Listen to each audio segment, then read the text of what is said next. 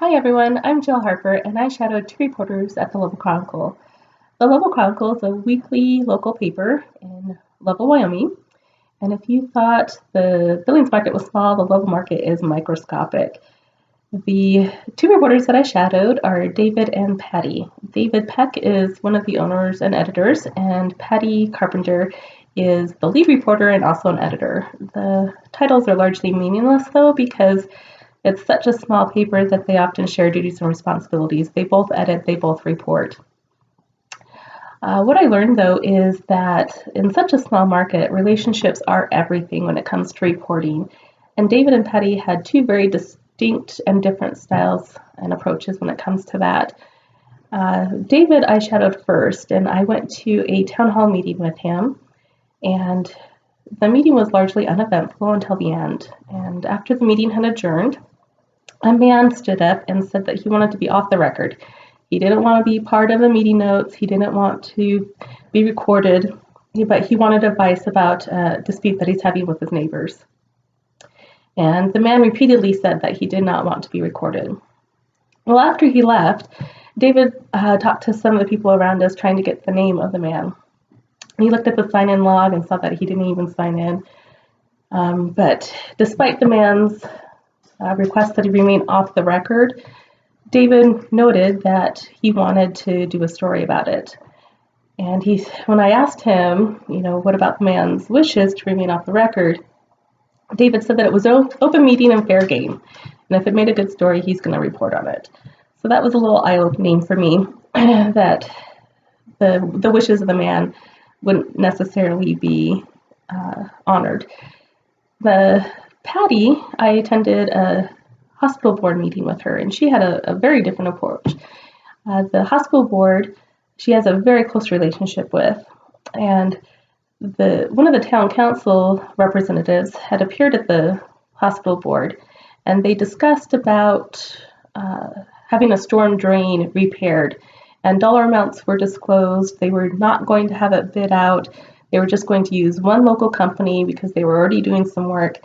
And the hospital board was uncertain about that. They wanted more bids and thought they could get a better deal, but the dollar amount had been disclosed. And so they looked at Patti, and Patti said, "Dollar amount? I didn't hear a dollar amount. I'm not going to report on that." And so she willingly kept that quiet. She was not going to expose that in the paper. And I agree with Patti. I thought she made a good decision in not sharing that dollar amount because it would actually be beneficial to the public if she did not share that, actually. But it also revealed kind of some of the gray areas of reporting. It was news that the town council wasn't going to bid out this rather large, expensive storm drain repair for a city street. And Patti chose not to cover that as well. So yeah, sometimes being part of that in-group can cloud your objectivity in some ways. At least that's what I saw with Patti. David was an owner of the paper and also, I think, more confident in the stories that he reported, while Patti took a lot of direction from David as to what to cover and what not to cover. The hospital happens to be a rather large contributor to advertisements to the paper, and if they offend the hospital, they could pull that and it would cripple the papers. So Patti was specifically charged by David to keep good relations with the hospital. So I think that also influenced what is and isn't reported. There was also quite a bit of difference between David and Patti's just personal reporting style. David didn't have a recorder, took shorthand notes, but it wasn't like my stereotype of a reporter. And he didn't work on stories if it was close to the deadline. After the town hall meeting, I went in to watch him edit, and none of the stories from the night before appeared, and I asked him why he think anything was newsworthy, and he explained that his duties as an editor came first, and so if it was too close to deadline, he just wouldn't cover it in the paper. Whereas Patti, she works right up until the deadline. She actually wrote stories while she was on vacation to help David out. So much different approach as far as deadlines goes. Patti was willing to cover things if it needed to be covered right up until the deadline. So Patti was much more what I thought of as a typical reporter. She carried a recorder, she had a steno pad, she had about 20 pens lined up in her purse as backups, and was just very much into documenting what was going on. She didn't like to mingle. David liked to mingle after the meeting. Patti didn't. She preferred to do her story outline first and then go back and follow up with telephone calls or visits to get specific quotes or additional information that she needed to fill in the holes. But she didn't, quote, waste her time socializing. And Patti is actually newer to the market than David. David's only reported here. He's been here for over 30 years. Patti's been reporting for over 30 years as well, but she's bounced around to different markets. She worked in Montana and larger markets like Helena, Missoula. She worked in Red Lodge for a while and until she came to Lovell. So coming to Lovell it wasn't a new experience for her, but it was more difficult, she said, because the prior reporter had rather strained relationships with several key political figures, and it made it really hard for her to cover news stories.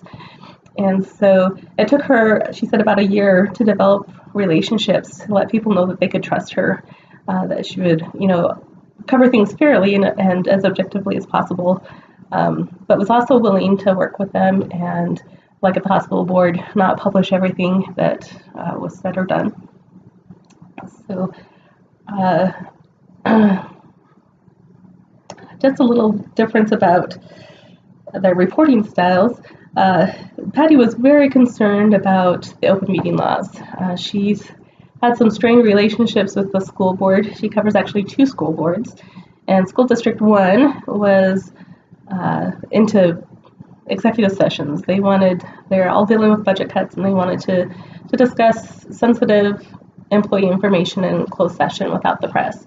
And Patti fought to have that meeting made open, and it gave me a pamphlet about open meeting laws. He said I need to study up on that and to assert my rights if I go into reporting. And it was just eye-opening to me because in the meeting I got to see, I wasn't shadowing Patti, so I kind of had this interesting insight of observing her as a reporter without being affiliated with her. And when she left the room, people were not grateful for her advocacy. In fact, they said if they had to deal with her, that they would want a closed meeting as well. So it was rather interesting to see that aspect that there's no gratitude in reporting. The public actually sympathized with School Board 1. And looking at it in the paper, you can kind of see the difference because this is School Board 1's coverage. You can see that there's just a sidebar, and it's huge. It's a huge story, but it goes on in the back pages. It's not all on the first page. Whereas School District 2, where Patti has a great relationship, they let her in. They don't do anything in executive session unless they have to. But you can see that in School District 2, they have 2 big color photographs, huge story, all on page 1. Again, continues on in the back pages, but really gets good coverage. David actually did an editorial calling out School District 1 and saying that they were breaking the law and things like that. So you could see how relationships would be strained, and the perception is that there is biased reporting just based on this if you didn't know any of the backstory. But really the bread and butter of the paper is getting your kids in the paper. It's local coverage. It's not hard-hitting news. It's a lot of fluff.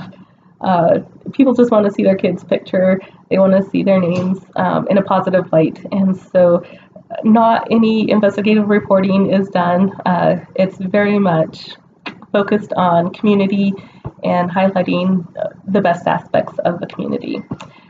So that was my experience at the Lovell Chronicle, and I hope you enjoyed learning about it. Thank you.